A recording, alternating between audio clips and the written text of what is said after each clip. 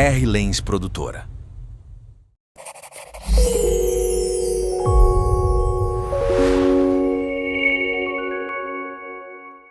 A paz do Senhor Jesus Cristo, que Deus abençoe sua vida, seu lar, toda a sua família, em nome de Jesus, amém? Eu sou a apóstola Kátia Mendes e vou estar com você nesse mês de dezembro, mês 12, o número profético, o último mês do ano. Pode ter certeza que Deus tem muita coisa para fazer na sua vida. E aqui no programa Nova Mulher, nós teremos todas as quartas-feiras, às 7 horas da manhã, mulheres transformadas, mulheres renovadas, trazendo testemunhos e muito conteúdo para você, que vai ser um divisor de águas sobre a tua vida. Primeiramente, eu quero agradecer a Deus por essa oportunidade e ao Rafael e a Jamile pela confiança, pelo carinho, de ter me chamado para estar aqui com vocês. Eu tenho 4 convidadas para vocês. E a minha primeira convidada é a Letícia, uma mulher guerreira, uma mulher forte, corajosa, que ela veio de Diadema. Letícia, tudo bem? Eu sou a Letícia Simões, tenho 41 anos, quase 42. Sou cristã, sou casada com Claudinei há 18 anos, quase 19. Sou mãe do Augusto, de 14 anos, e sou mãe também do Teodoro, de 8 anos. Sou advogada e idealizadora de um projeto chamado Infância e Essência, Proteger para Florescer, onde a gente trata de informações preventivas contra o abuso sexual infantil, que foi uma experiência que eu vivenciei. E hoje eu trabalho para que essa experiência não chegue a outros lares, em nome de Jesus. Era o que eu ia te perguntar. Esse teu projeto já vem de uma experiência, de algo que aconteceu na sua vida, é isso? Exatamente, aconteceu comigo na infância e justamente a falta de informação me levou a sofrer sequelas que provavelmente eu não sofreria se eu tivesse sido educada em relação a isso. E é o que falta na nossa infância, na nossa sociedade. Informação sobre isso para que a infância seja prevenida e protegida. E você, Letícia, dentro de tudo isso, levando informação, ensinando, até mesmo para que os pais protejam seus filhos, você vê que hoje, com tanta informação, você acha que isso melhorou ou não? O tabu ainda continua? Infelizmente, ainda existe. Muita informação nós temos disponível, mas a questão da cultura familiar e das próprias experiências familiares das pessoas ainda é um assunto muito pouco falado, Infelizmente, a informação está disponível, mas os próprios adultos ainda não conseguem, nem em suas próprias casas, falar sobre isso de forma natural com as suas crianças, porque isso não pode ser um momento isolado, precisa ser uma constante, uma cultura familiar de tratar a sexualidade de forma natural, para que a proteção também aconteça de forma natural, É a nossa cultura, Você vê dificuldade dentro das igrejas, dentro dos lares, você vê essa dificuldade maior em todos os lugares, porque eu tive fazendo uma pesquisa, eu pesquisei. E na pesquisa, 81%, dos casos de violência contra crianças e adolescentes ocorre dentro do lar. Eu acredito que seja mais, mas como você trabalha com isso, é teu ramo, eu estou certo ou não? É 81% mesmo? Infelizmente, realmente, são mais de 80% dos casos acontecem dentro da família.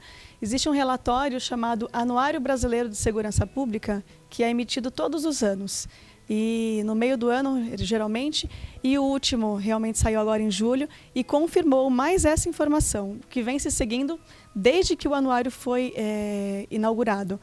Mais de 80% dos casos acontecem ou dentro de casa ou dentro do círculo familiar da criança por algum parente, algum amigo, algum vizinho, alguém do ecossistema da criança. Realmente é uma informação que é verídica mesmo, infelizmente. Então, esse projeto nasceu de uma experiência sua. Eu estou vendo que você trouxe aí algumas ferramentas. Eu tenho certeza que vai ser bênção para as nossas vidas. Você quer contar essa experiência? Como foi? Qual a dificuldade que você teve? Que com certeza teve muita dificuldade, né? Você quer contar agora? Sim, vamos lá, né? Para que eu conte a experiência, eu sempre trago um versículo que me ajuda, que me ajudou e que me ajuda nesse processo, e é o que justamente explica a vivência e a existência desse projeto, né? Ele está em 2 Coríntios, capítulo 1, versículo 3 e 4, que diz: Bendito seja Deus e Pai nosso, o Senhor Jesus Cristo, o Pai das misericórdias e o Deus de toda consolação, que nos consola em toda a nossa tribulação, para que também possamos consolar os que estiverem em alguma tribulação, como a consolação com que nós mesmos fomos consolados em Deus. E a minha história começa na infância. Eu nasci num lar cristão, uma família grande. Só a mamãe tinha 10 irmãos e o papai tinha 6. Então a casa era sempre cheia de criança. Era uma infância muito brincante, muito querida, muito amada, fora os ministérios da igreja em que congregávamos, né? Então, a nossa casa estava sempre cheia de alegria, né? Em relação à presença de muitas pessoas. E assim, vivíamos congregando na igreja, frequentávamos uma igreja batista. Papai tinha uma pequena empresa em sociedade com meu tio. Então, financeiramente, nós não vivíamos de luxo, nem de extravagâncias, mas vivíamos de forma confortável. Então, eu sempre trago esse histórico para informar que o abuso pode acontecer em qualquer lugar. E como a estatística que a apóstola trouxe, especialmente dentro de casa, né?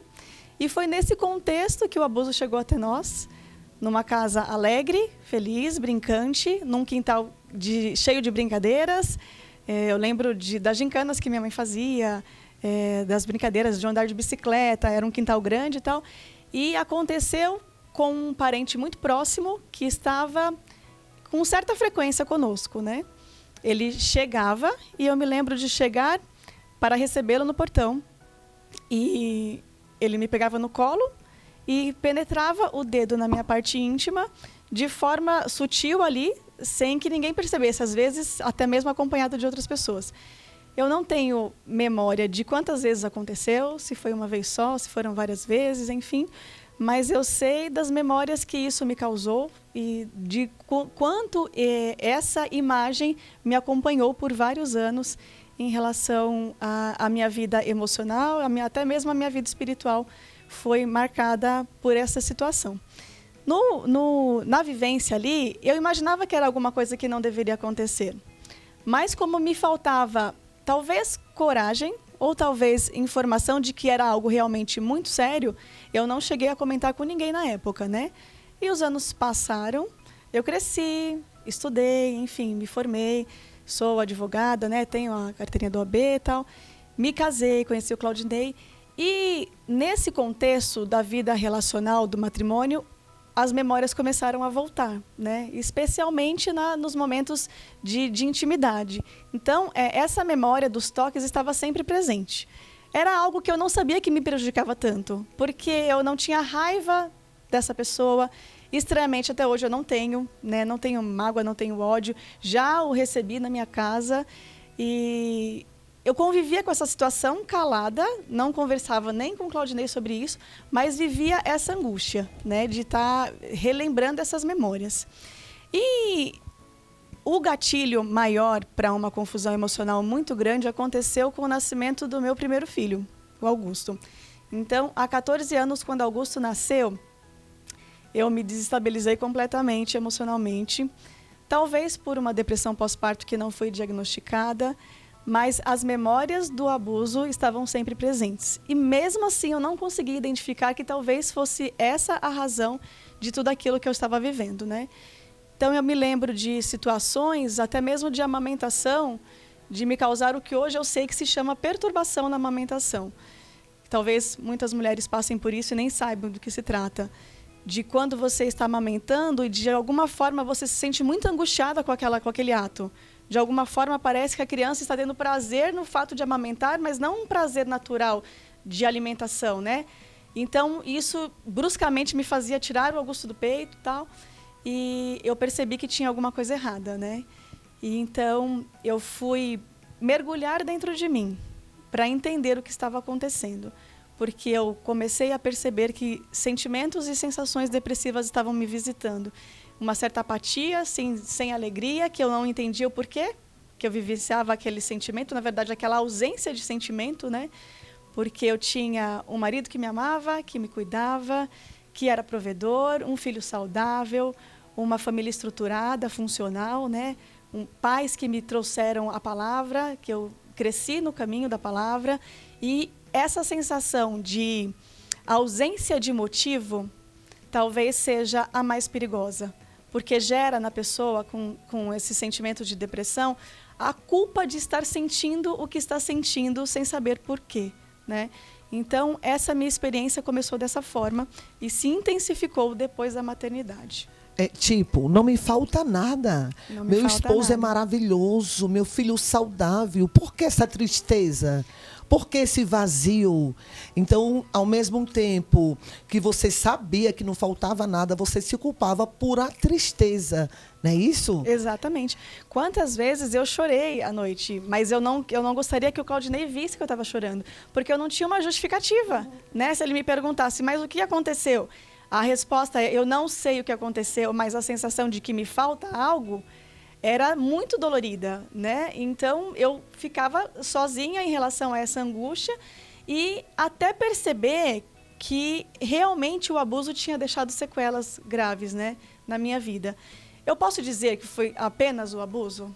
Não, né? Seria irresponsável da minha parte falar isso. Porque eu trato a minha história com muita maturidade, com muita responsabilidade. E eu sei que o ser humano é uma teia complexa, né? Então, foram as experiências que eu vivenciei, a minha carga genética, tanto física quanto emocional, as experiências que os meus pais passaram, tudo isso gera consequências na minha vida. Até mesmo o nosso perfil comportamental interfere na forma como a gente enxerga as nossas experiências. Então, eu posso dizer que talvez não tenha sido apenas o abuso, mas com certeza ele deixou uma marca profunda, que me deixou sequelas eu digo que até hoje, porque é sempre um processo, né? Sim. E por meio dessa situação, eu vivencio o que eu tenho daqui para frente. É interessante o que você fala, porque a gente que trabalha com o povo, seja na área eclesiástica ou não, a gente vê muito isso, vê o quanto é grande. São muitas pessoas, melhor dizendo, muitas mulheres, principalmente, que hoje a gente sabe que até os meninos são Sim. abusados também, mas sempre foram. Mas se para as meninas era difícil falar, imagina para o menino, né? O menino vivencia um desafio ainda maior, porque ele tem receio de tratar esse assunto e ser classificado como homoafetivo, né? Então, se ele é abusado por uma mulher e relata essa situação, dependendo para quem ele fala, ele vai receber a resposta. Mas como você não gostou? Né? Nossa, aquela mulher se interessou por você e você não gostou? Você se sentiu invadido? Provavelmente tem alguma coisa errada com você, né? Se ele é abusado por um homem, a confusão talvez seja ainda maior, porque ele precisa provar para ele mesmo de que realmente ele não gostou daquela experiência, né? Que ele não teve culpa e de que ele realmente não gostou. Sim. Porque muitos testemunhos que a gente vê de pessoas que até a gente conhece, o estrago que faz na vida relacional de um homem, um abuso gerado por um outro homem, justamente essa questão dele precisar provar a identidade dele como homem, né? E não para o outro, para ele mesmo. Aí onde muitos entram numa vida sexual precoce, envolvidos em pornografia, né? Aí entram no mundo das drogas porque não conseguem conviver com essa situação, com essa realidade, até que eles se encontrem realmente com a sua identidade em Cristo Jesus. Eles vivenciam muitas situações muito desafiadoras em relação a isso. E o interessante, Letícia, é que hoje está tudo muito mais aberto, a gente sabe da importância do cuidado com as crianças, né? A parte mais fraca. Eu vou falar algo aqui para a gente se aprofundar, né, mais sobre esse assunto. Quando eu estive na África, houve ali um seminário, foram 3 dias. E a gente via a resistência de mulheres, principalmente mulheres. Louvor, adoração, jejum, primeiro dia, o segundo dia, mas só que a gente via que elas queriam chorar. E elas seguravam o choro, mas no terceiro dia elas gritavam. E ali a gente teve conhecimento que a maioria daquelas mulheres, elas foram abusadas e outras ainda eram abusadas. E, às vezes, abusada por filhos. É uma questão cultural do local, né? Sim. Então, quando a gente fala em abuso e o quanto ele causa um dano, a gente precisa ter em mente que o abuso, ele fere a nossa sexualidade. E quando a gente fala de sexualidade, muitas pessoas limitam o termo simplesmente ao prazer meramente sexual, né? Aos órgãos genitais, ao ato sexual. E não é, gente. Sexualidade é uma coisa muito mais complexa, muito mais ampla. É a própria estrutura da identidade do ser humano. Eu gosto de usar essa figura aqui, que a gente compara a sexualidade ao tronco. A sexualidade é o tronco. A nossa palma é a nossa identidade e os nossos dedos a nossa personalidade. Então, a nossa identidade está pautada na nossa sexualidade. E todos os papéis que a gente desempenha na sociedade, então, como mãe, como esposa, como amiga, como irmã, como profissional, está pautada na nossa identidade, consequentemente, na nossa sexualidade. O abuso fere diretamente a nossa sexualidade. Então, toda a estrutura está contaminada, né? Então, tudo que eu desempenho aqui está contaminado por uma identidade que talvez não seja a minha, né? Então, por isso que essas mulheres que continuam presas nisso e pessoas que vivem hoje uma identidade completamente deturpada, muitas delas têm a causa no abuso e não conseguem, por talvez falta de informação, falta de cuidado de alguém para com ela, entender que as sequelas são graves e que são para a vida e que precisam ser tratadas, né? Com muito carinho, com muito cuidado, com muita paciência, porque é um processo, né? Você falou tudo agora, processo. E a gente está vivendo em um tempo imediatista, para ontem. E processo está falando tudo, pode durar 1 ano, 2 anos, 10 anos ou até mais. O que é que você fala? Porque, como a gente falou, está tudo tão mais fácil, mas parece que ainda tem uma barreira em muitos lares, no coração de muitas mulheres, né? O que é que você fala assim para a mulher, para a mãe, para a filha, para a avó, para a mulher em geral? Como ela deve proteger a criança e o adolescente? E mais, porque tem mulheres que elas sabem o que fazer, mas elas têm vergonha. Elas têm algo que prende. E elas deixam a professora ensinar, o pastor, a pastora, no caso, a pastora, a missionária, a psicóloga. Terceirizam, né? Então, eu diria para essa mulher que ela precisa, primeiramente, olhar para ela, né? Olhar para dentro dela, cuidar dos seus traumas, cuidar dos seus tabus e entender e se concentrar na sua verdadeira identidade, que ela não se resume às experiências que ela viveu. A identidade é o que Deus projetou para a vida dela, como filha amada do Senhor, como criação dele, e entender que ela pode ser bênção, um canal de bênção para a sua família e a partir dela, né? Mas quando a gente fala em educação em sexualidade, isso não se resume apenas à mulher. A gente precisa falar sobre isso para a sociedade, porque a informação precisa chegar na infância antes do abusador. Então, quando a gente fala em educação em sexualidade, nós estamos falando em equipar as nossas crianças com informações para que elas sejam protagonistas na sua proteção, na sua prevenção. Onde os braços dos pais não alcançam, onde os braços da própria instituição, da escola, da igreja não chega, a criança bem informada, ela aumenta o nível de proteção. Então, é importantíssimo que a gente ensine para as nossas crianças sobre o seu corpo, né? Sobre as partes do corpo. A gente, pais e profissionais da infância, precisamos tratar esse assunto com naturalidade, por isso que a gente precisa cuidar da gente, para que a gente consiga falar com naturalidade sobre esse assunto. Então, a gente precisa nomear as partes do corpo de forma correta. Então, eu ensino para o meu filho que a parte íntima dele se chama pênis.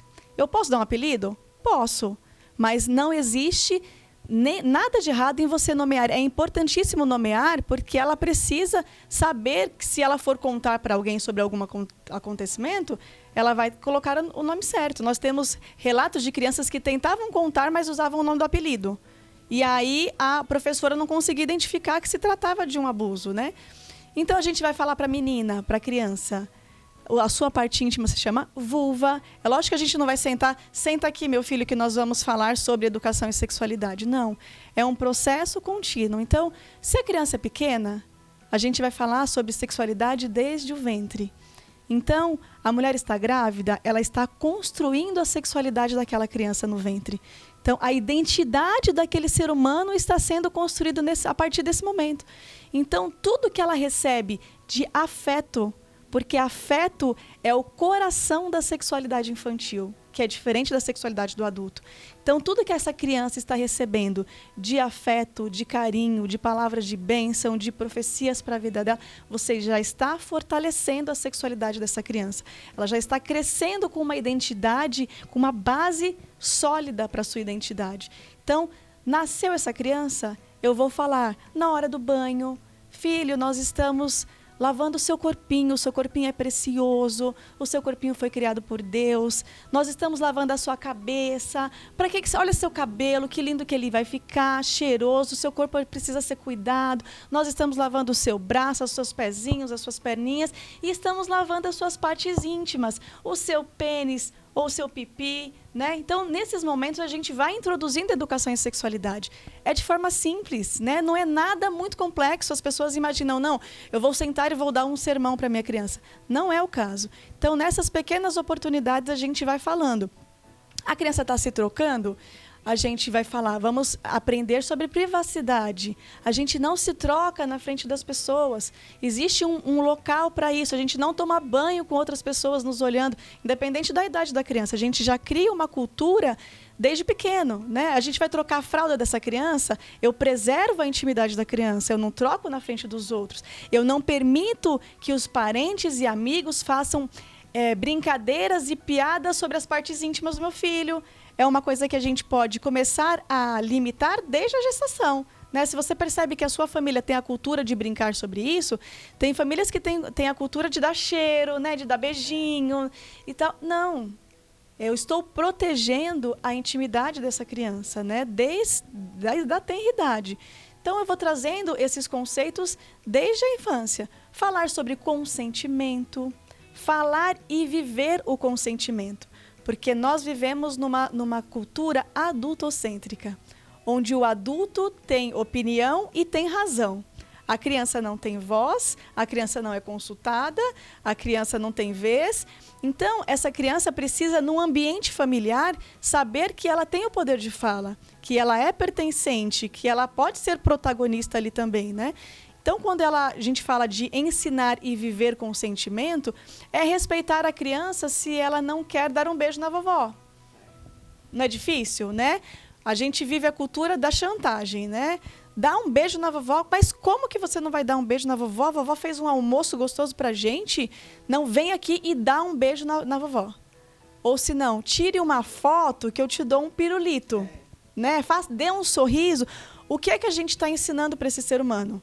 A gente está colocando os valores dele abaixo. Então, a gente está vulnerabilizando uma sociedade inteira, né? Quando a gente simplesmente pede para que ele ignore o que ele está sentindo e se coloque abaixo, se submeta à vontade do adulto, né? Então, consentimento também é uma coisa super importante que deve ser ensinada, construída e vivenciada na rotina dessa família diariamente, né? Que não é fácil. Eu achei interessante você falar sobre a mulher, quando eu falei, vou voltar um pouquinho, quando aquela mulher sabe o que tem de falar e não fala, tem uma barreira.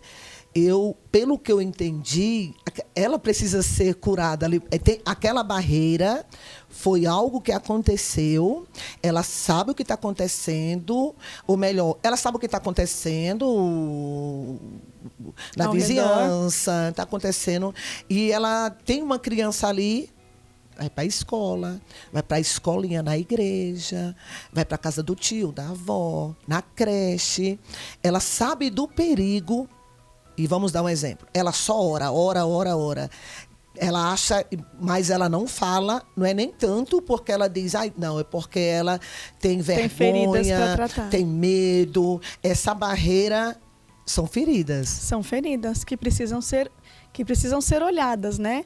E a gente precisa trazer aqui, estamos entre cristãs, de entender que isso muitas vezes não é espiritual. Sim. Né? Muitas vezes é o emocional dessa mulher que está ferido e que ela não consegue desempenhar o seu papel em plenitude como mulher, nem como mãe, né? Nem em todos os outros papéis da sociedade, porque ela está presa a essas situações vivenciadas que talvez ela nem tenha conhecimento. Né? No meu caso, eu sabia que alguma coisa de errado tinha acontecido, mas como não houve penetração de órgão genital, que é o que todo mundo imagina, né? Em se tratar de um abuso, eu vivia como se isso não fosse realmente a causa. Mas é interessante que a gente traga que talvez na vida dessa mulher sejam outros traumas, não necessariamente o sexual, né? Mas a violência física, a emocional, né? A exploração, muitas questões podem estar envolvidas. Mas quando a gente fala de abuso, a sociedade precisa estar ciente que não é necessário nem o toque físico para que haja abuso. O abuso pode acontecer à distância, né? A internet está aí para a gente entender que isso é um risco, o quanto ela vulnerabiliza ainda mais a nossa infância e que mesmo de forma presencial, aquele indivíduo mal intencionado, ele não precisa tocar na criança. Existe um abuso por meio de uma técnica que a gente chama de exibicionismo. Ele sente prazer apenas em se despir ou se masturbar, ou estar de alguma forma tendo prazer na criança observando. A criança não encosta nele, ele não encosta na criança, mas isso gera marcas profundas na criança. Ou uma outra situação chamada voyeurismo, quando é o inverso. Ele se satisfaz sexualmente quando ele observa a criança se tocando.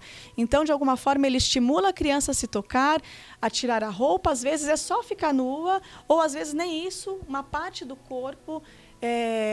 Ele tem, talvez, fetiche por uma parte do corpo e só isso. Mas interessante como a criação não foi feita para ser maculada dessa forma. Que só essa questão, só entre todas as aspas, né?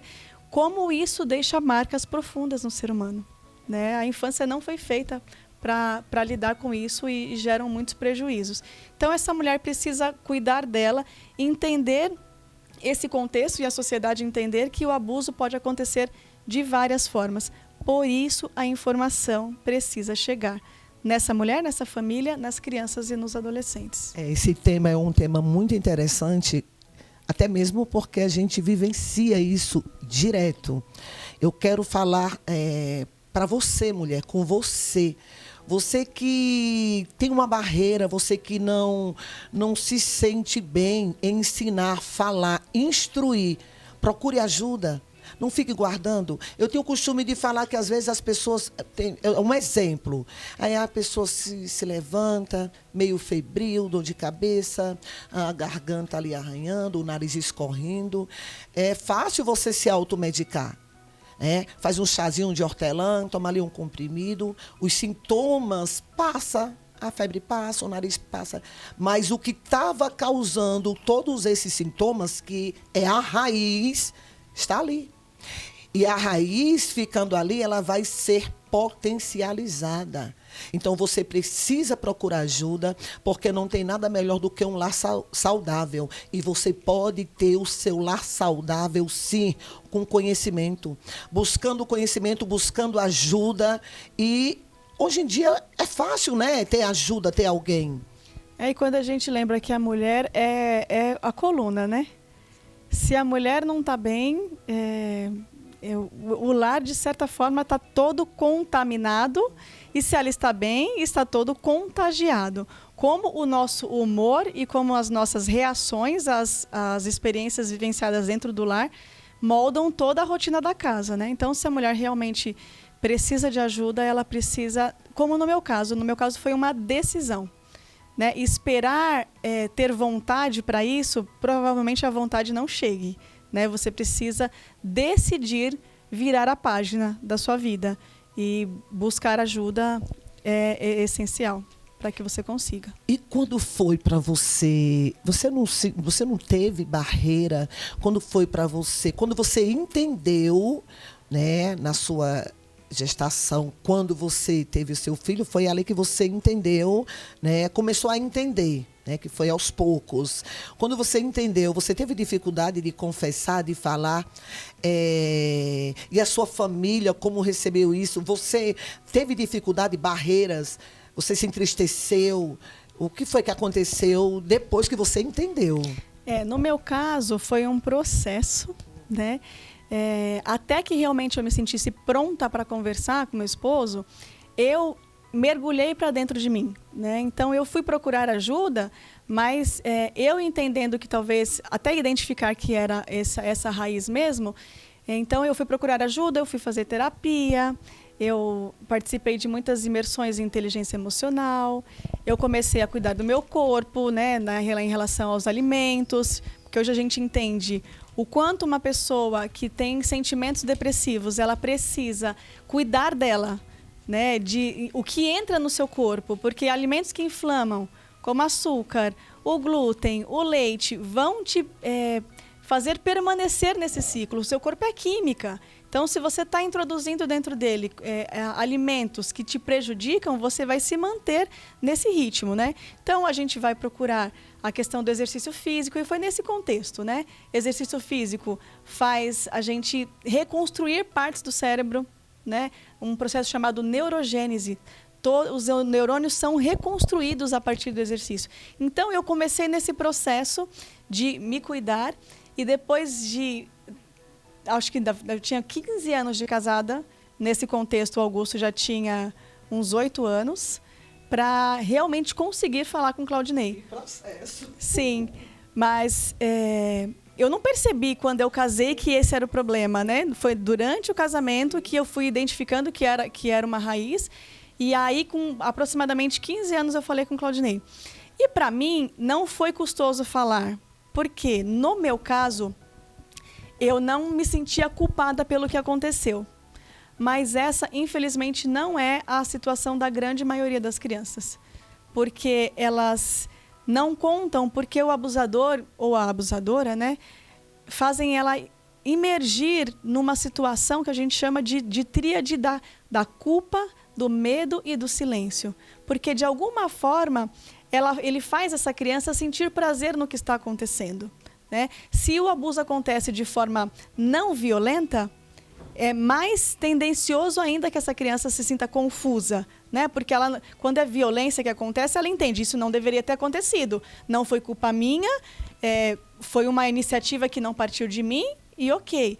Muitas vezes até não, até mesmo num contexto de violência, a criança pode se culpar de, será que foi a roupa que eu usei? Né? Porque a nossa sociedade faz isso, mas olha a roupa que essa criança estava usando, né? Incitou aquele ser humano, enfim. Mas quando não há violência, a criança se sente extremamente confusa e perdida. Mas no meu caso não foi isso que aconteceu. Então, eu não me via responsável pelo que aconteceu.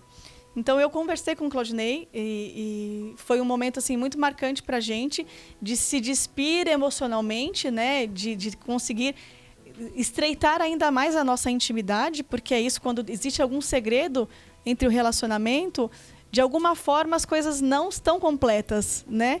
Então, eu conversei com ele e tive completo apoio dele, né? E em relação aos meus pais também, depois que eu conversei com ele, conversei com os meus pais, assim, foi uma frustração muito grande para eles. Fiquei muito pensativa se eu deveria contar para os meus pais, porque eu falei, que diferença vai fazer, né? Eles, nessa altura da vida, saber sobre isso, se sentirem culpados por não terem conseguido proteger.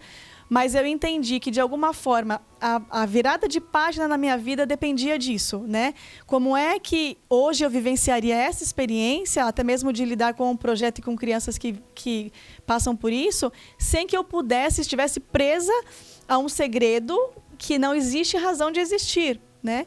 Então, para mim não foi custoso, mas para a grande maioria das crianças é extremamente desafiador. E eu vou só completar, né? Por quê? Porque elas vivem presas nesse ciclo da culpa, do medo e da vergonha.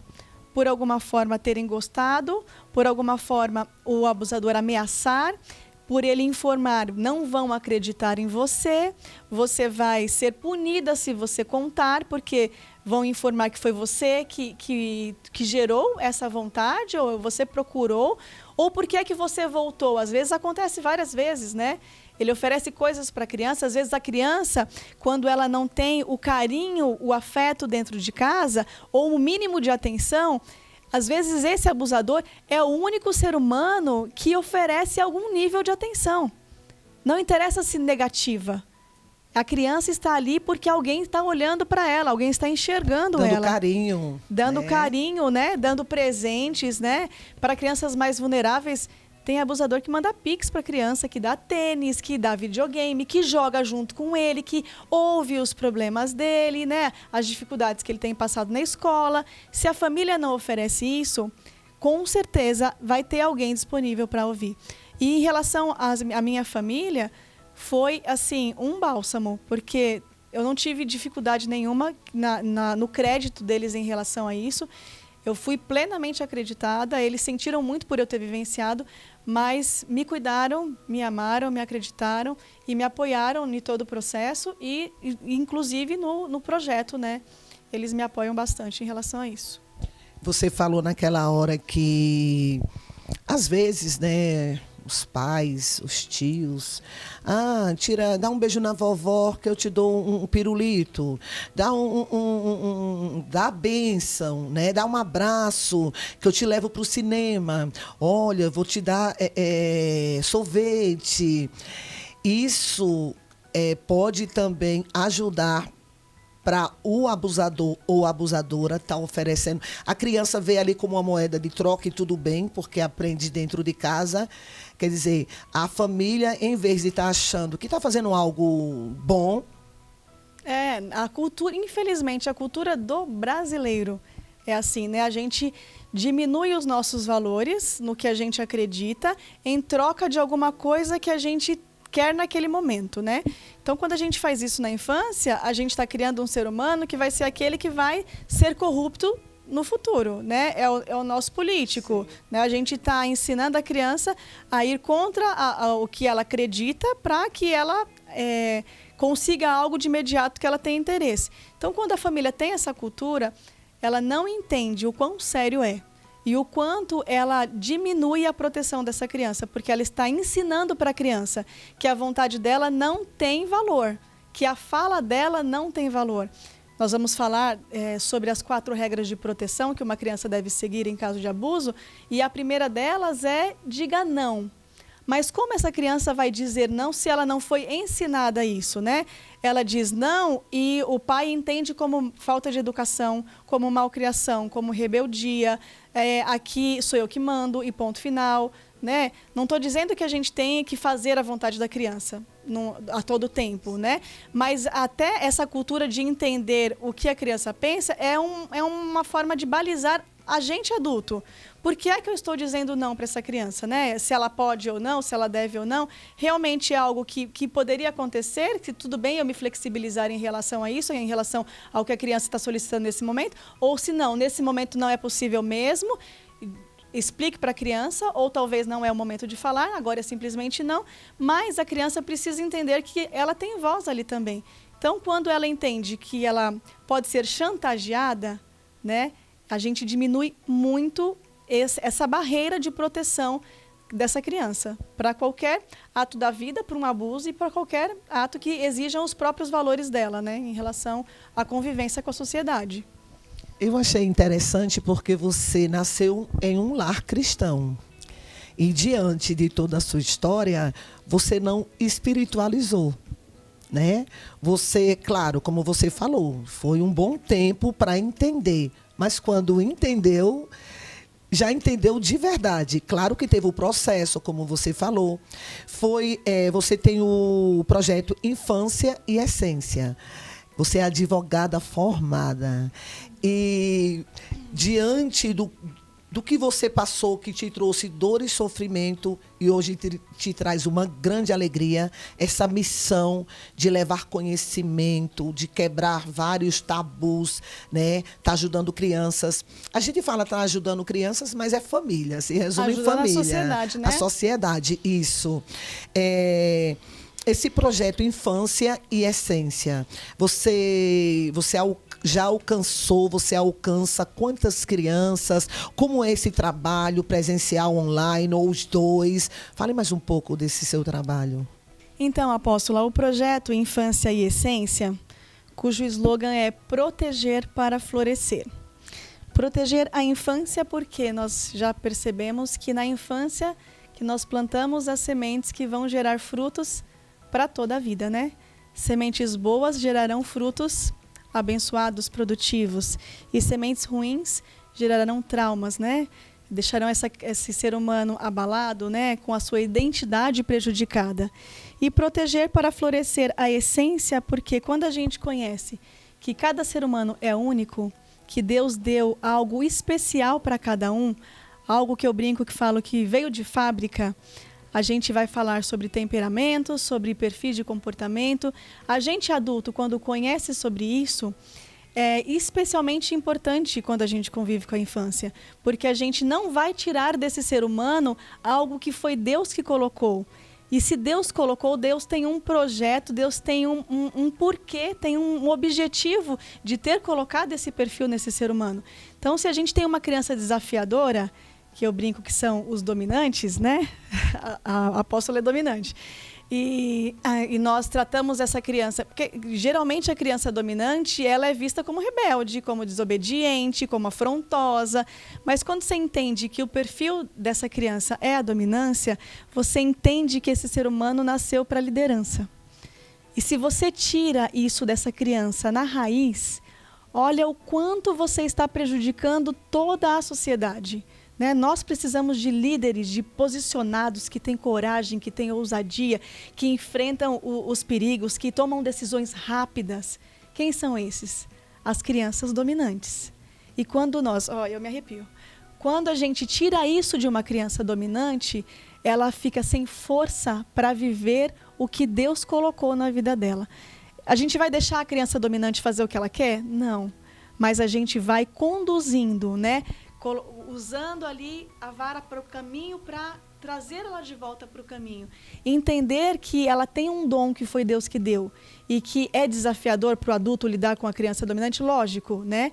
Mas que a gente precisa enxergar isso como um dom de Deus e que isso vai fazer muito bem para toda a sociedade. Quando a gente vai para o outro extremo, uma criança estável, é uma criança mais pacífica, mais paciente, que está mais no cantinho dela. A gente vai entender, a gente não vai tentar mudar o perfil dela, mas entender também de forma a incentivá-la que ela pode mais, né? Não cobrar que ela tem um outro perfil, mas que ela pode trabalhar essas faltas para que ela use os dons dela e evolua nas situações que ela tem dificuldade. Então, todos os perfis são importantes, nós precisamos de todos eles, nós nos complementamos, e o projeto nasceu com essa intenção, proteger a infância e proteger a essência.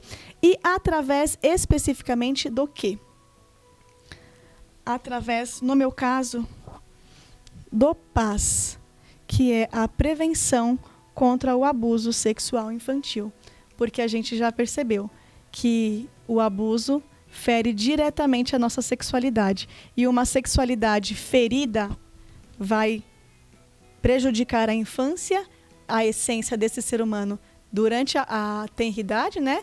E para o resto da vida. Então, o projeto nasceu com essa intenção e nós oferecemos para as crianças oficinas lúdicas, brincantes, com músicas, com dinâmicas, onde a gente traz toda essa informação que a família deve oferecer, mas que muitas vezes ela não vai receber em casa. Então, nós falamos sobre as partes do corpo, nós nomeamos, nós falamos sobre limites corporais, sobre consentimento, sobre privacidade, sobre toques bons e toques ruins. Uma coisa importante de se tratar, nós não usamos a questão do semáforo do toque, porque quando a gente fala que é parte vermelha, onde pode tocar, a amarela deve atenção e a verde qualquer um pode tocar, não, nós entendemos que o corpo inteiro deve ser respeitado. E até um toque na sua mão, que teoricamente seria uma parte neutra, pode ser desrespeitoso, né? E pode ser um abuso. Se o abusador usa a mão daquela criança para que o abuso aconteça, a mão dela é um toque vermelho, né? É um toque do não, que não deveria acontecer. Então, a gente traz essa informação para a criança de forma leve, de forma brincante. A questão dos segredos bons e dos segredos ruins. O que é um segredo que ela pode guardar, que na verdade é uma surpresa, que tem hora para acabar, que te deixa feliz. Então a gente usa o semáforo para identificar as emoções daquela criança. Quando a gente ensina a criança a identificar o que ela está sentindo com essa brincadeira ou com esse toque, nós ensinamos as crianças a entenderem, a terem um radarzinho, um alerta. Eu estou confortável com esse toque? Tudo bem para mim? Eu tenho vontade de receber de novo, não estou com vergonha, não me pedem segredos sobre isso. Tudo isso está na proposta do semáforo que a gente traz das emoções. E a proposta do projeto é esse, oferecer essas informações diretamente às crianças, aos adolescentes de forma mais adequada para a sua faixa etária, e para os pais e responsáveis e profissionais da infância, trazer essa capacitação de aplicar esses conhecimentos no dia a dia, de forma intencional, né? Porque a gente não pode esperar a criança ter dúvidas sobre isso para a gente começar a explicar, né? A gente precisa começar de forma consciente, tomar a iniciativa de forma intencional e de forma constante, trazer esse assunto de forma natural na nossa casa. Então, é uma música que escuta, que fala de forma desrespeitosa sobre o corpo da mulher, né? E músicas não faltam sobre isso, né? Até nas propagandas do YouTube elas estão ali. Então a gente pode usar essa oportunidade para falar sobre respeito, sobre consentimento. Um filme que a gente está assistindo, a própria questão da praia, das partes íntimas em relação a como é que cobre a parte íntima. Os biquínis são partes especiais. Então, os adultos a gente trata com a parte de capacitação para conseguir fazer isso em casa e saber como reagir a um relato de um abuso sexual, que é extremamente importante. A sua reação a um relato espontâneo de uma criança em relação ao abuso pode delimitar completamente como vai ser o processo de cura dessa criança. A sua reação pode ser tão ou mais traumática do que o próprio abuso. Então, a gente traz essas informações de forma clara para os adultos, para que eles saibam minimamente transitar nesse conteúdo, que é um terreno bem movediço, né, para grande parte das pessoas, mas se ela sabe pelo menos por onde começar, ela já se sente um pouco mais segura de fazer isso dentro de casa e com as crianças com quem ela convive, né? Eu quero conversar, quero saber de você também, Letícia. Eu creio que é em todos os lugares, mas eu vou falar do Norte e Nordeste, que Norte e Nordeste a gente sabe que até hoje tem ali na rua as crianças para brincar de bola, empinar pipa, brincar de pega-pega. E hoje a gente não vê mais essas crianças na rua brincando, na calçada. E muitas mães, você sabe, você é cristã, muitas das vezes as mães levam as crianças para a igreja e lá na igreja tomam o celular. E muitas das vezes as mães acham até ruim, porque eu falo mesmo, não pode, a gente explica. Dependendo da idade da criança, a mãe pode ali estar monitorando pelo celular dela, vendo o que está, né? Por quê? Porque as crianças hoje em dia, claro que elas são muito mais inteligentes do que antes, mas são crianças. Os pais têm que entender isso. O mundo entrou dentro do nosso lar. Não precisa sair para acontecer algo errado, abusos e outras coisas pior, né? Dentro de casa mesmo. E aí, eu quero que você fale sobre isso, tipo os sintomas. as características, tipo uma criança muito calada dentro do quarto, um adolescente, porque todo adolescente é uma fase, né? O que você falou aí de lar saudável, né? De começar tudo da infância para não ser um adulto complicado, para não ser um adulto aprisionado, né? Tudo da infância, começa da infância. Essas informações que você trouxe, muito importante, mas eu quero saber também de você. Primeiro, como é que os pais... um adolescente. Adolescente mudou, né? Está mais trancado, está mais calado. E qual o conselho que você dá para os pais? Como abordar esse filho? Né? Como chegar? Às vezes a mãe vai falar e o filho... bate a porta na cara, a mãe é cristã, diz, eu vou ir agora, o que é que eu faço? Eu oro ou dou um estabefe? Né? Não pode ser o extremo, nem pode ser menos, tem que ter o equilíbrio. Isso é muito importante porque, às vezes, Letícia, a mãe realmente, por ela não ter tido isso tudo antes, agora as informações chegam tudo de uma vez, ela fica perdida. Eu faço o que primeiro? Qual é a etapa? Como? Entendeu? Quando a gente fala de adolescência, já é uma fase que já é da introspecção naturalmente em relação à família, né? É uma fase em que o adolescente está em procura dos seus pares, né? De se sentir pertencente a outros grupos que não a família. Mas para a gente chegar de forma saudável, vamos retroagir um pouquinho, né? Eu brinco que uma equação saudável para uma família em relação à prevenção é informação mais conexão é igual a proteção. E essa conexão, ela precisa ser construída, né? Então, o que a gente já falou de trazer fala, de trazer voz, de trazer essa criança para a construção do que está ali acontecendo na família, para que quando chegar a adolescência, não digo que vai ser fácil. A gente tem vivenciado essa questão agora com o meu adolescente de 14 anos, né? É desafiador. Por si só, já é desafiadora a vivência que eles estão passando, né? Justamente pela chegada dos hormônios, essa questão de se sentir inadequado, de querer agradar o outro, não é nem mais a família, de querer a aceitação do grupo, enfim. E a internet veio de forma muito agressiva introduzir questões que não são adequadas para a idade, né? Infelizmente, a facilidade que ela traz para que a família, na verdade, que a mãe consiga um tempo de descanso ou até mesmo um tempo que ela tem unicamente aquele tempo para fazer tudo na vida, né? Se a mãe trabalha fora, se a mãe não tem tempo realmente de estar ali presente com aquela criança, de construir esse relacionamento, e o único tempo que ela tem para fazer tudo na vida é aquele tempo da noite que ela chegou, é muito fácil que ela simplesmente entregue um celular para a criança. Mas um celular, gente, hoje é uma bomba na mão de uma criança. Você está entregando o mundo para ela. Você não deixa a sua criança sozinha numa praça à noite. Quando você entrega um celular sem monitoramento para uma criança, você está deixando a sua criança sozinha numa praça escura, né? Independente de quantos anos. Quando a gente fala que eu entreguei um celular para a criança, que eu não coloquei um aplicativo de controle parental, que eu não monitoro o que está acontecendo, ela está num joguinho. Não tem problema, é um joguinho que é para a idade dela, né? Tem ali, eu vejo a classificação indicativa, tal, que a maioria não faz isso, né? A maioria imagina que está seguro porque teoricamente está num joguinho de infância. A gente está falando, por exemplo, de uma plataforma chamada Roblox. O Roblox não é um jogo, como muitos pais pensam. Isso é muito sério, gente.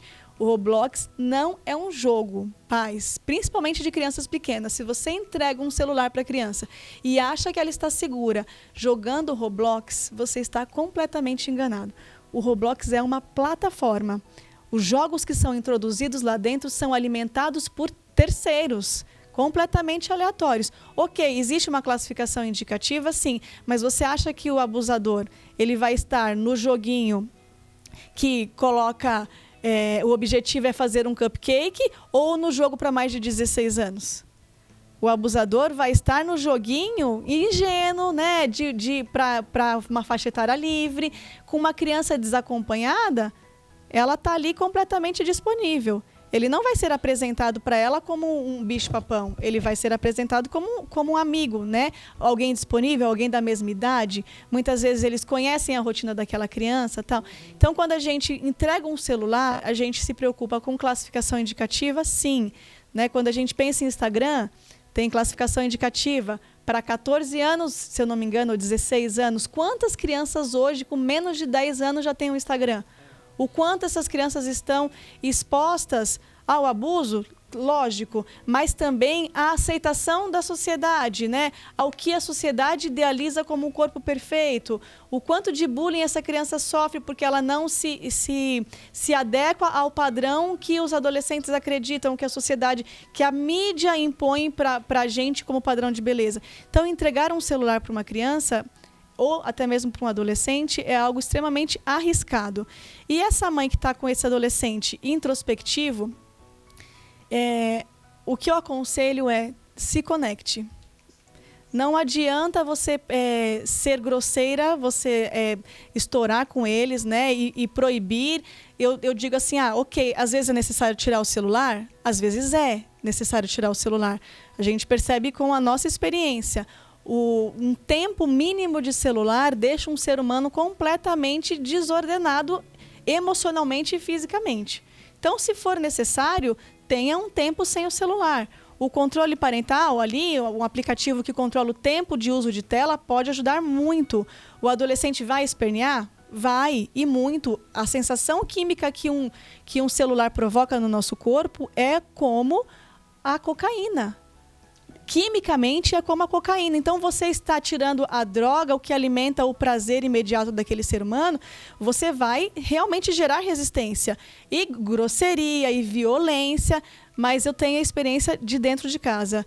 É muito desafiador no começo, sim, mas em pouco tempo, se você realmente entregar o que esse adolescente precisa, que é presença, é assim, é de você enxergar aquele ser humano, olhar para ele com olhos de ver, entregar seu tempo com intencionalidade e conexão. Né? Estou aqui, se interessar pelo que ele se interessa. É ser interessada antes de ser interessante, porque ele só vai se interessar em você se você se interessar pela cultura dele, pelo que ele está precisando naquele momento.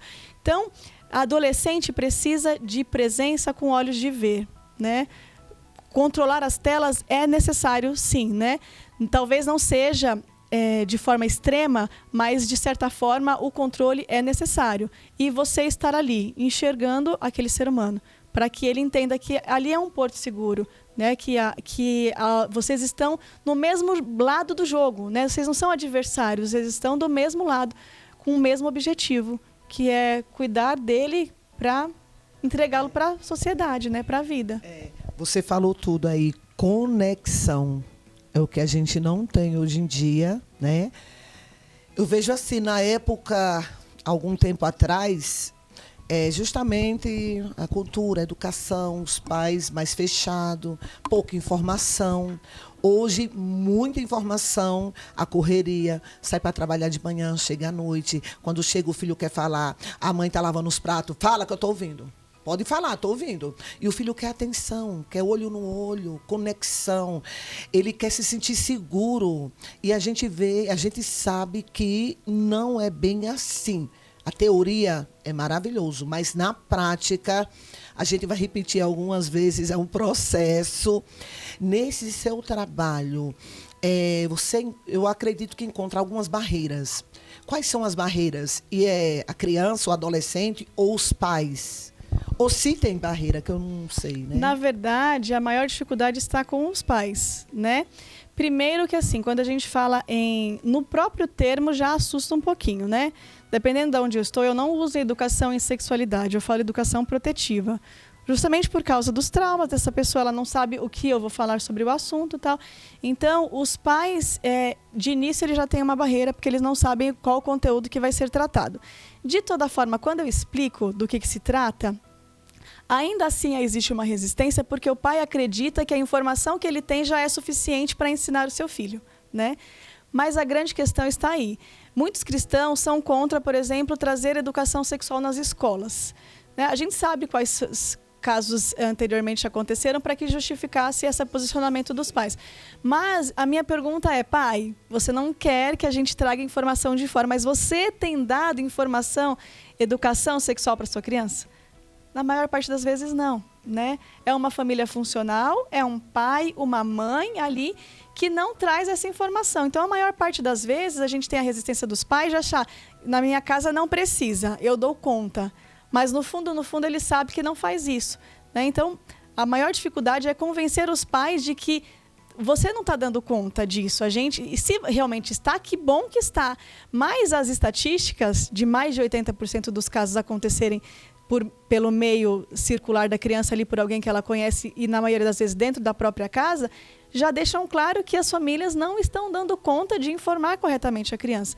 Então, os pais precisam se conscientizar que ou eles se preparam realmente com informações seguras, com base em informações que vão capacitá-lo para fazer isso, ou eles precisam colocar alguém para fazer, né? Na verdade, o ideal é que não fosse assim, né? Que toda a sociedade tivesse essa consciência e essa capacitação para lidar com isso. Mas, pai, você precisa se capacitar, né? Procure canais de pessoas que falam sobre isso. Tem muita coisa gratuita na internet, né? Contrate os serviços que podem fazer isso, né? As oficinas, as rodas de conversa, as palestras, enfim. A gente precisa falar sobre isso para que esse assunto torne-se cada vez mais natural e que os pais consigam falar isso com naturalidade e conseguir falar isso dentro da própria casa, como uma cultura familiar mesmo, né? É como você falou, e isso é verdade mesmo, porque muitas das vezes isso está ali nos pais, a raiz. E os frutos, os filhos, netos, se não chegar alguém para fechar esse círculo, para começar um outro círculo, né, ali, vai ser uma geração de pessoas magoadas, amarguradas, sofrendo abusos. Muitas das vezes, porque eu conheço pessoas, algumas mulheres, que elas foram abusadas. Eu quero até que você fale um pouco sobre isso também. Foram abusadas. E elas começaram a ter relação com mulheres, com nojo do homem, com medo do homem. E o porquê, né? Porque só o abuso já diz tudo, mas a mulher se sente mais segura com outra mulher, no caso, porque foi abusada por um homem. É isso? Muitas das vezes, sim. Porque, lembra que eu falei, quando a gente fala que o abuso, ele fere a sexualidade, que vai ser a base da nossa identidade, né? Quando a gente não tem segurança da nossa identidade, as experiências que a gente vivencia vão moldando, as consequências disso vão moldando o que a gente imagina de nós mesmos, né? Então, a figura do homem como abusador cria a mentalidade nela de que ela não nasceu realmente para ser amada por um homem, né? E o fato de existir uma pessoa disponível ali do mesmo sexo que não a faz identificar a questão do abuso, vai deixando ela de forma confortável como uma justificativa, né? Realmente, eu acho que eu não nasci para me relacionar com o outro sexo, visto o que aconteceu. Mas justamente porque a identidade desse ser humano está confusa, ela está deformada, né? Está deturpada. Então, a questão é essa, trazer de volta a construção da sua identidade, que as experiências que você vivenciou não realmente definem quem você é, né? É a pessoa entender que uma família, ela é construída, está numa construção. E hoje em dia, muitas vezes, a pessoa não quer ter aquela responsabilidade, sabe? De estar acompanhando, de estar perguntando. Porque você falando aí, eu me lembrei de um fato que aconteceu comigo e com meu filho, que eu nunca, na época eu não sabia ser mãe, eu era do mundo e tudo, eu não ligava para ele. Aí fui para a igreja e ali eu comecei a orar a Deus, pedindo a Deus para me dar sabedoria. Meu filho já tem 16 anos, para lidar com ele. Aí eu gritava com ele, aí eu, Joel, enche as garrafas da geladeira. Eu gritava. Aí ele, eu já vou encher, ou então não vou. Gritava, grito. Aí um dia eu pedindo a sabedoria, né, ao Espírito Santo, ele disse, para que tanto grito? Aí eu, Joel, coloca o lixo lá fora. Eu já fui, eu não vou não. Aí um dia, eu orando, e um dia eu não estava nem preparada para aquilo. Foi o próprio Espírito Santo que colocou na minha boca. Desse jeito. Eu disse, Joel, meu filho, você já encheu as garrafas? Menina, ele olhou para mim, eu fiquei assim, olhando para ele. Eu olhei para ele, ele olhou para mim, nós ficou assim, sem entender nada. Eu vi naquele momento aquela barreira cair por terra. Então, muitas das vezes, a gente já aprendeu na agressividade, a gente vai continuando, precisa. Eu vou trazer aqui uma passagem da Bíblia, de José, dos irmãos de José. Eu vejo aqueles irmãos de José, tudinho. A gente sempre fala que os irmãos foram isso e aquilo. A gente vai conhecer a história. José teve tudo que os irmãos... Ali era muito abuso, ali era abuso. José, ele foi o filho da velhice. Jacó ensinou José a ler, a escrever, teve um abraço, meu filho, no colinho. E os outros ficavam olhando, já homens. O Jacó agora tinha tempo para cuidar de José. E os irmãos iam trabalhar no lugar do pai. Então ali gerou um ciúmes, uma inveja, uma amargura. Eles conheciam que eles só queriam chamar a atenção do pai. É um abuso também o pai, por mais que seja inconsciente, tratar um filho de um jeito e o outro. Sim, infelizmente acontece, né? E no subconsciente do pai, porque o pai não faz isso na grande maioria das vezes conscientemente, né? Mas gera realmente muitos bloqueios em relação aos próprios irmãos, né? A construção do que eles vão vivenciar no futuro, a forma como eles são tratados na infância pelos pais. E é extremamente prejudicial. Como a gente precisa se policiar em relação a isso? Não que a gente não sinta, de alguma forma, uma preferência. Somos humanos, né? A gente vai realmente se identificar talvez com um filho mais do que o outro. Talvez por esse filho ter o mesmo perfil que o seu. Talvez por esse filho ser menos desafiador que o outro, né? Então, mas o pai precisa estar ciente disso, né? De que as suas atitudes em relação a qualquer dos filhos vai gerar consequências no relacionamento deles. Porque pedindo a atenção dos pais, eles vão se degladiar entre eles, né?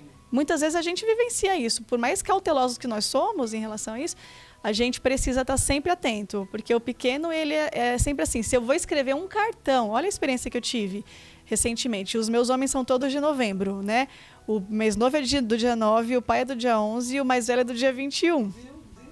Aí eu fiz um cartão para o Teodoro, para o mais novo, né? E eu escrevi o cartão dele, coloquei as fotos dele e tal. E o mais velho faz no dia 21, eu fiz outro cartão para o mais velho. O Teodoro foi contar quantas linhas eu tinha escrito para o mais velho e ficou incomodado que eu tinha mais linhas no cartão dele do que no dele. Olha como isso é sutil e como a gente deve prestar atenção, né? Então, é realmente assim, pedir muita sabedoria para Deus.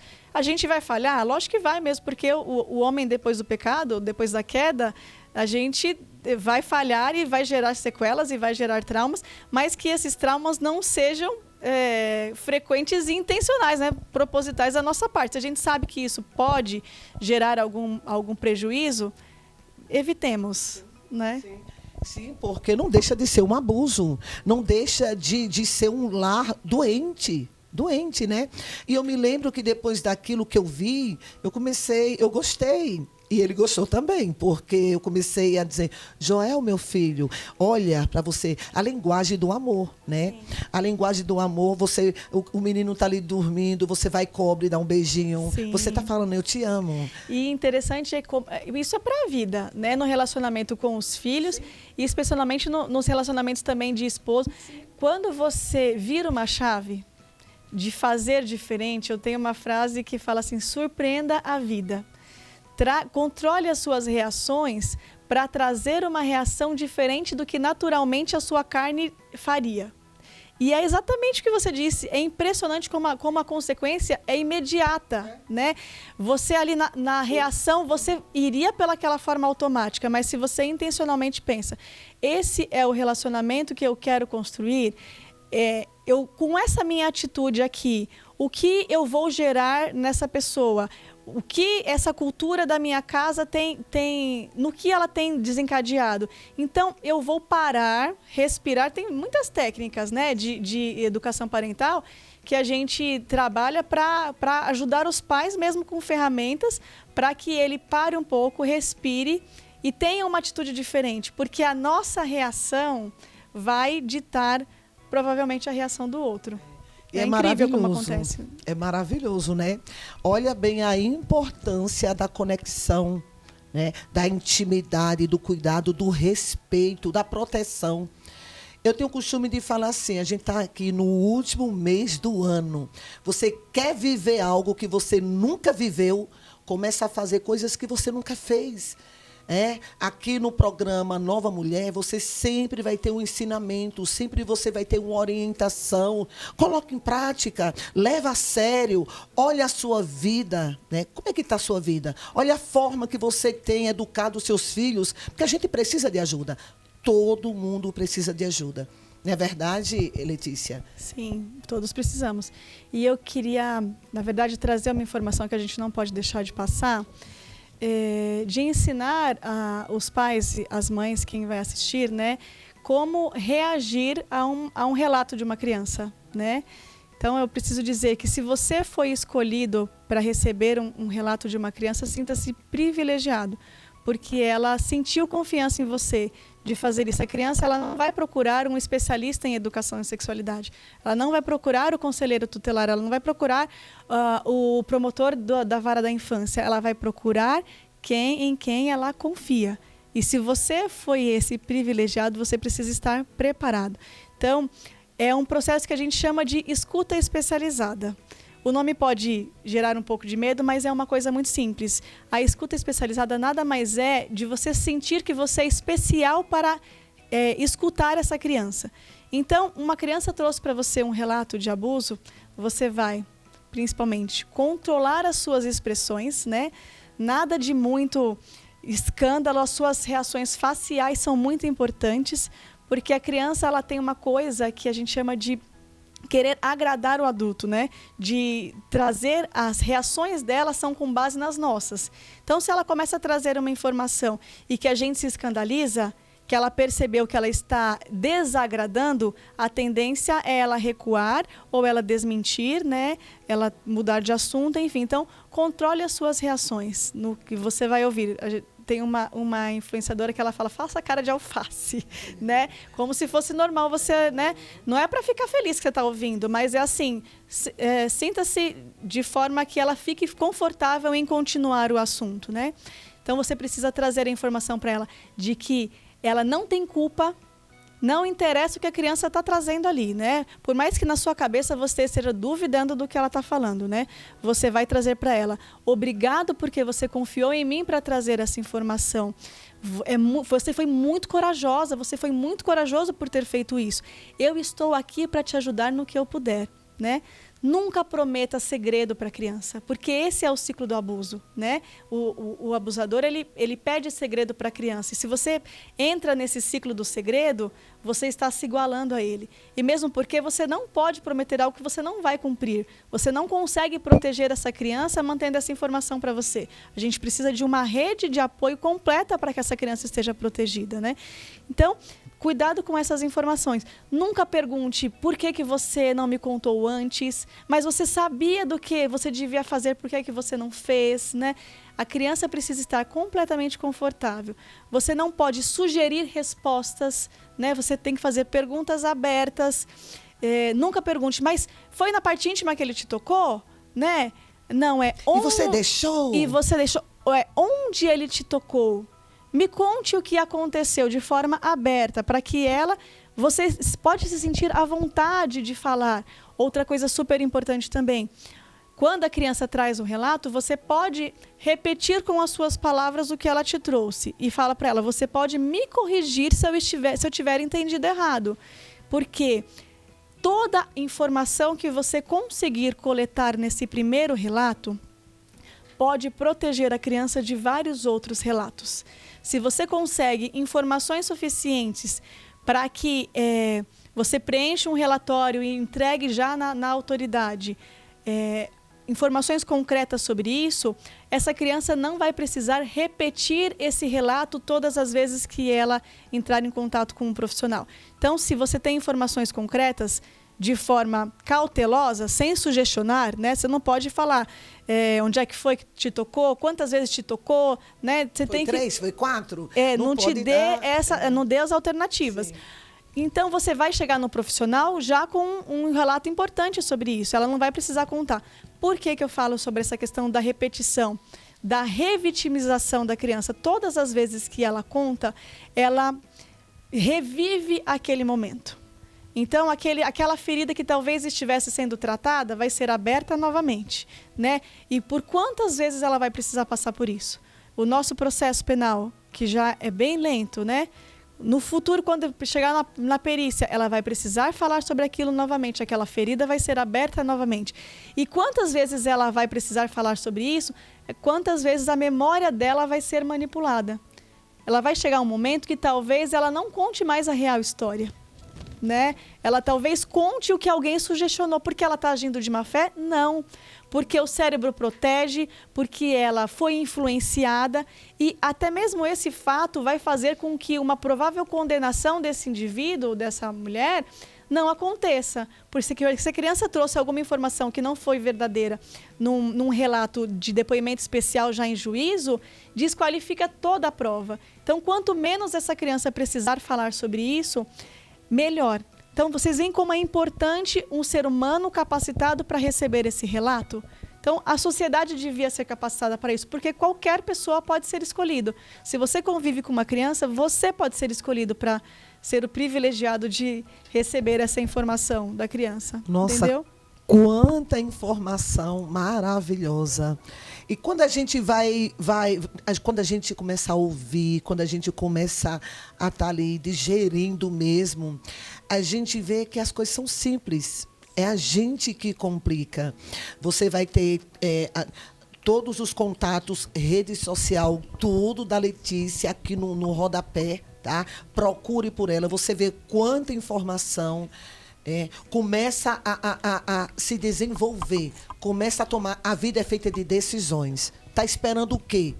É por isso que eu gosto desse trabalho do Crente Podcast aqui no programa, né? Nova Mulher, porque é informação dentro da sua casa. Você não precisa nem sair de casa para aprender. Agora, você precisa colocar em prática, porque conhecimento não é saber. Conhecimento é a prática. É a prática. Não é verdade? Perfeitamente. Deixa eu só completar, apóstola. Então, essa pessoa recebeu um relato espontâneo de uma criança, né? Você tem o dever e a obrigação de levar essa informação à frente. Então, você, sabendo dessa informação, você precisa notificar. Muitas pessoas usam o termo denunciar. Tecnicamente, a denúncia quem faz é o Ministério Público, né? A gente traz a notificação para a autoridade. Não quero me identificar, eu tenho medo de alguma forma ser retalhada. Use o Disque 100, que é um canal de defesa de direitos humanos que é anônimo, você não precisa se identificar. Mas você quer alguma coisa mais efetiva, né? O Disque 100 é uma central. Então, você vai ligar lá, vai cair numa central até que eles verifiquem onde é que é o conselho tutelar mais próximo de você. Tal. Isso pode demorar. Então, quer ser mais assertivo? As escolas, né, igrejas precisam ter o contato direto do conselho tutelar da sua região. Quer ser mais assertivo ainda? Saiba quem é o promotor da vara da infância da sua região. Eles agem de forma muito mais assertiva, muito mais rápida. Então, tendo essa informação, se você não leva adiante, você está cometendo um crime. Existe uma legislação que foi promulgada em 2022 que tipificou a omissão de socorro em relação a isso. Se você tem conhecimento de alguma violência de criança e adolescente, suspeita, não precisa ser confirmação, né? Entendam uma coisa que é importante falar. Gente, a criança ou adolescente trouxe para você informação, você tem a suspeita, você não tem a função de coletar provas, né? Existe alguém ali naquele momento de todo o processo que vai ser responsável por verificar a veracidade dos fatos trazidos pela criança. Para você ali naquele momento não é. A sua função é proteger a criança, né? Trazer essa questão da proteção física e emocional dela.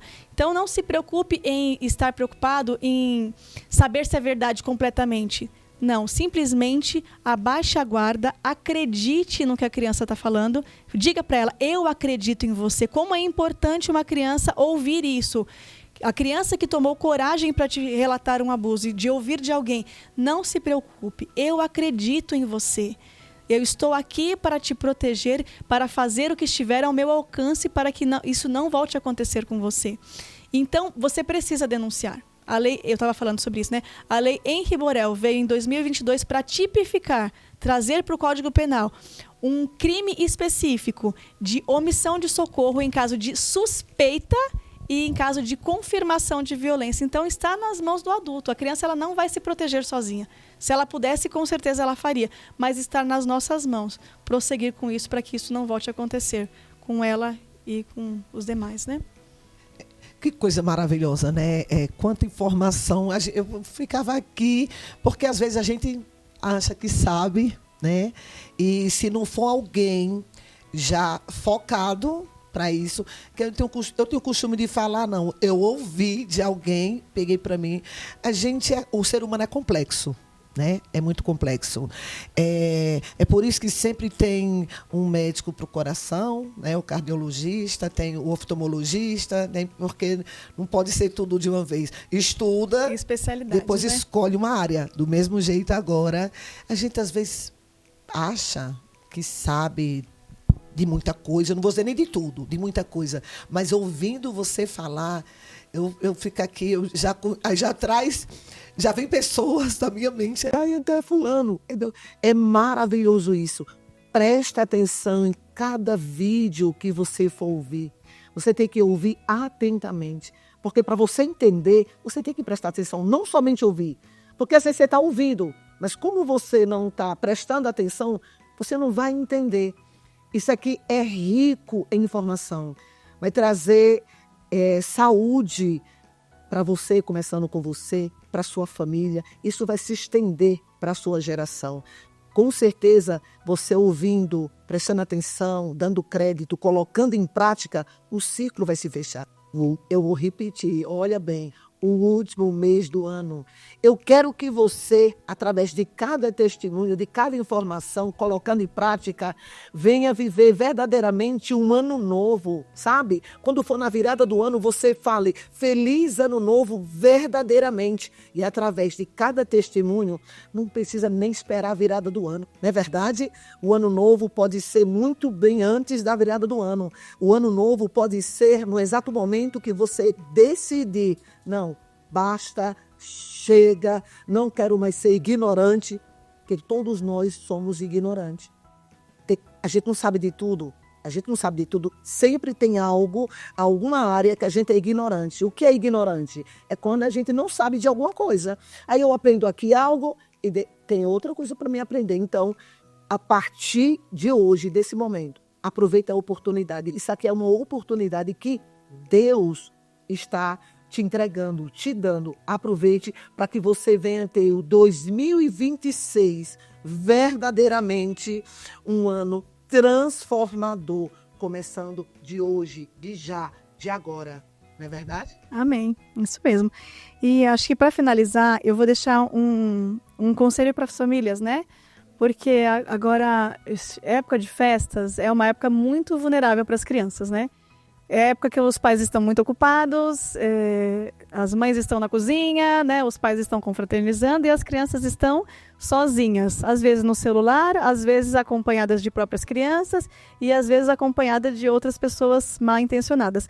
Então, para você trazer para sua criança uma informação rápida, prática e muito assertiva em relação à proteção do abuso, eu vou deixar o que a gente chama de 4 regras de proteção.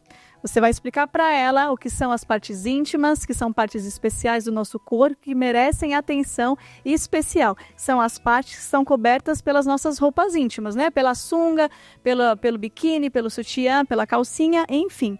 Nas nossas partes íntimas, ninguém toca, a não ser para limpar ou passar um remedinho. Quem pode limpar ou passar um remedinho? Se você ainda precisa, né, de alguém que faça isso por você. Apenas a sua rede de proteção, a sua pessoa de confiança pode fazer isso por você. Mas o toque para limpar ou passar um remedinho precisa ser rápido e sem segredo. Mesmo que seja uma pessoa da sua confiança, se te pede segredo por um toque na sua parte íntima, isso não deve acontecer. Um toque aconteceu que não deveria acontecer. Você ensina a sua criança primeiro a dizer não. Ela pode pedir para parar. Um abusador, ele não está preparado para o não da nossa criança. Dizendo não, provavelmente o abuso não vai prosseguir. Se o abuso prosseguir, se o toque do ruim acontecer e prosseguir, ela precisa gritar. O grito da criança vai chamar a atenção de outras pessoas ao redor. E ele provavelmente não vai continuar. Eu grito e fico quietinha ali esperando? Não, eu grito e saio correndo. Não permaneço naquele ambiente que está me prejudicando. É importante que eu saia daquele local. E, especialmente, eu não guardo o segredo do que me aconteceu. Eu conto para alguém da minha confiança. Não existe segredo bom que me deixe confusa, que me deixe preocupada, que me deixe angustiada, que seja um peso para mim. Então, eu preciso contar para um adulto de confiança. E esse adulto de confiança, ou até mesmo essa criança, precisa denunciar o que aconteceu. Disque 100, ou um conselho tutelar, né, ou um promotor da vara da infância, mas o Disque 100, ele é muito eficiente em relação a isso também. É fácil da criança guardar, né, esse número. Disque 100, porque você protege você mesma e protege também outras crianças, porque provavelmente aquilo não está acontecendo apenas com aquela criança. Quando você denuncia, isso se encerra também com outras famílias, com outras crianças. Então, ensinando essas 5 regrinhas de proteção, aqui na verdade a última é uma orientação, você está elevando o nível de proteção da criança. Ela está se tornando protagonista da sua proteção quando você, pai, mãe e profissional, não estiver ali para protegê-la. Entendeu? É muito interessante, né? E eu vou dizer uma coisa para você.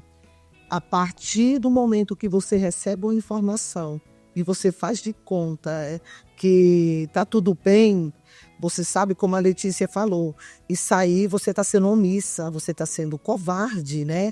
Você precisa, a informação não está chegando até você à toa, não.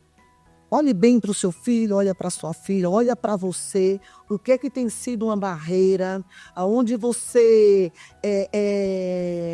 não tem aquela familiaridade com o assunto, né? Eu não se senti preparada para falar sobre isso. Não se sente preparada. Eu vou fazer o quê? Eu vou dizer o quê? Eu não sei. Aqui, ó. Nova Mulher, programa Nova Mulher. Quarta-feira, todas as quartas, 7 horas da manhã. Você já tem um compromisso, já presta atenção. É um horário pela manhã, um horário muito bom, tá? Você que não puder acompanhar pela manhã, procura um horário, assista, presta atenção, tá? Para que você entenda e coloque em prática, para que você venha ter uma família saudável. Às vezes as pessoas dizem, mas o mundo está perdido. A gente pode ter sim uma casa, um lar. O nosso lar pode ser um pedacinho do céu aqui na terra. Vamos ver qual o ingrediente que você está, né? Qual o tipo de semente que você está semeando. Você quer ter uma colheita próspera? É na semeadura. Você vai escolher a semente. A semeadura é uma escolha. Você escolhe, mas não esqueça. Até quem não planta nada, ou quem planta ventos, colhe tempestade. Não adianta você dizer, então não vou plantar nada. Você vai colher do mesmo jeito. Então, quem colhe vento é quem planta vento. Quem planta vento é quem não planta nada. Vai colher tempestade. Você tem aqui a oportunidade de escolher a semente e a terra ser fértil. Informação e tudo de bom para você, não é verdade? Sim, é uma escolha, né? É uma decisão. Na maior parte, na verdade, a vida é construída com base em decisões.